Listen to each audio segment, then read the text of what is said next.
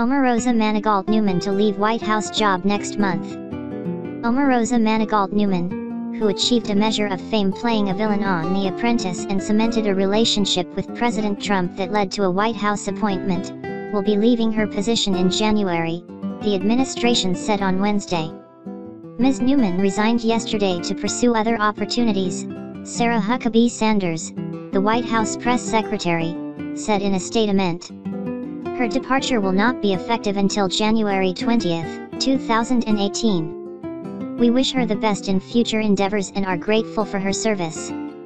One of the president's prominent African American supporters, Ms. Newman served as the Director of Communications for the White House Office of Public Liaison. But the division, which was absent a clear leader for most of the year, atrophied with her in a key position. Two people close to the administration said Ms. Newman neglected to find enough attendees for a Black History Month event early in the administration, for instance. And the office, which is crucial for building coalitions, became seen as what one person close to the White House described as the island of misfit toys, where people who could not be slotted into other roles were sent. Reached by phone on Wednesday, Ms. Newman referred a reporter to Ms. Sanders' statement about her departure. 3 Administration officials described reports of Ms. Newman being hauled off the White House grounds as overstated. Still, all three said that there was a precipitating event that finally got Mr. Trump on board with an effort by John F. Kelly, the current chief of staff, to remove her. Donald F. McGahn, too, the White House counsel, was apprised throughout, one of the officials said. The event was kept at a close halt, and most advisors were uncertain about what happened, the officials said. Ms. Newman was escorted off the premises on Tuesday night, one of the officials said. The Secret Service, in an unusual Twitter message, denied being a part of that. But the tweet added, "Our only involvement in this matter was to deactivate the individual's pass which grants access to the complex." While she will be paid through January 20th, Ms. Newman is not expected to return to work, the officials said.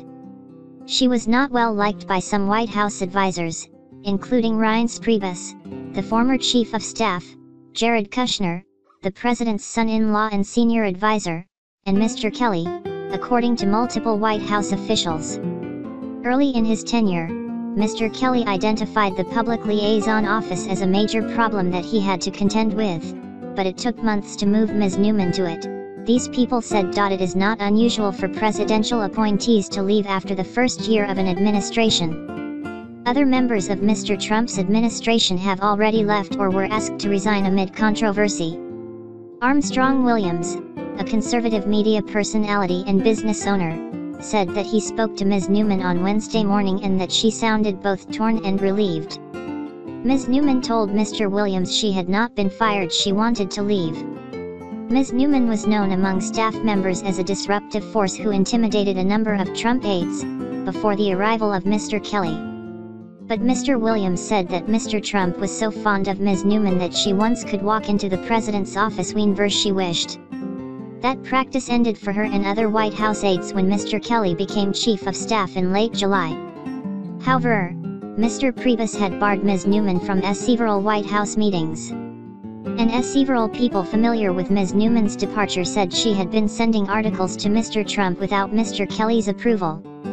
Ms. Newman appeared in the first season of The Apprentice, in 2004, and worked on Mr. Trump's 2016 presidential campaign. On Wednesday night, the president tweeted her a note of encouragement. "Thank you, Omarosa, for your service. I wish you continued success." At the White House, she mostly maintained a lower public profile. When she was preparing for her wedding, Ms. Newman told other White House advisors that she planned to ask Mr. Trump if she could have a reception in the building in her honor. When reporters learned of the plan, she abandoned the idea.